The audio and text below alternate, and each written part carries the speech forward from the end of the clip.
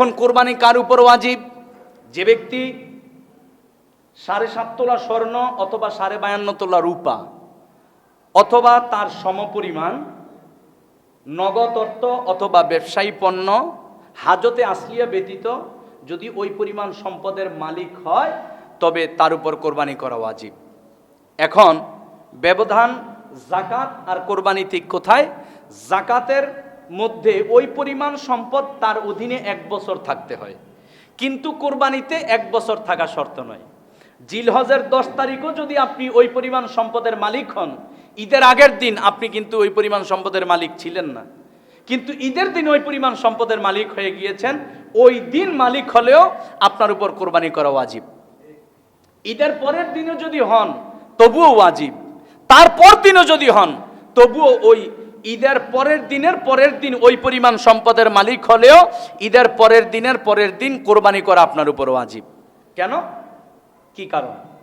কারণ হলো ইয়াউমে নহর, আইয়ামুন নহর যাকে বলা হয়, এটা হলো 10, 11, 12 এই দিনগুলোতে যে কোনো একদিন কোরবানি করা যায়, তবে উত্তম হচ্ছে জিলহজের 10 তারিখ কোরবানি করা।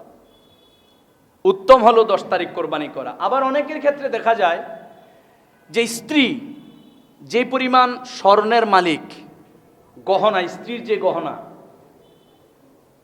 সেই গহনা অথবা স্ত্রীর যে ব্যাংক ব্যালেন্স বাপের বাড়ি থেকে হোক আর যেভাবে হোক স্ত্রীর মালিকানায় ওই পরিমাণ সম্পদ আছে, সাহেবে নেশাব স্ত্রী, দেখা গেছে স্বামী কোরবানি করছে স্ত্রী করে নাই।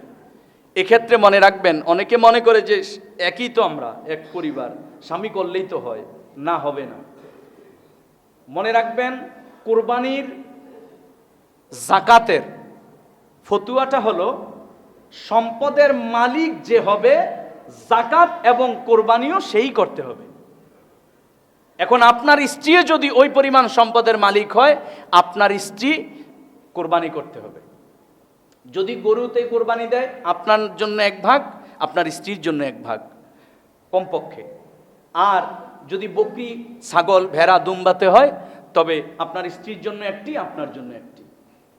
এক্ষেত্রে আমরা খেয়াল রাখতে হবে। ঠিক সন্তানের ক্ষেত্রে একই ফতুয়া, আপনার সন্তান আপনার সাথেই থাকে, কিন্তু সন্তান যদি ওই পরিমাণ সম্পদের মালিক হয় তখন সন্তানের পক্ষ থেকেও কোরবানি করা ওয়াজিব, সন্তানের জন্য কোরবানি করতে হবে।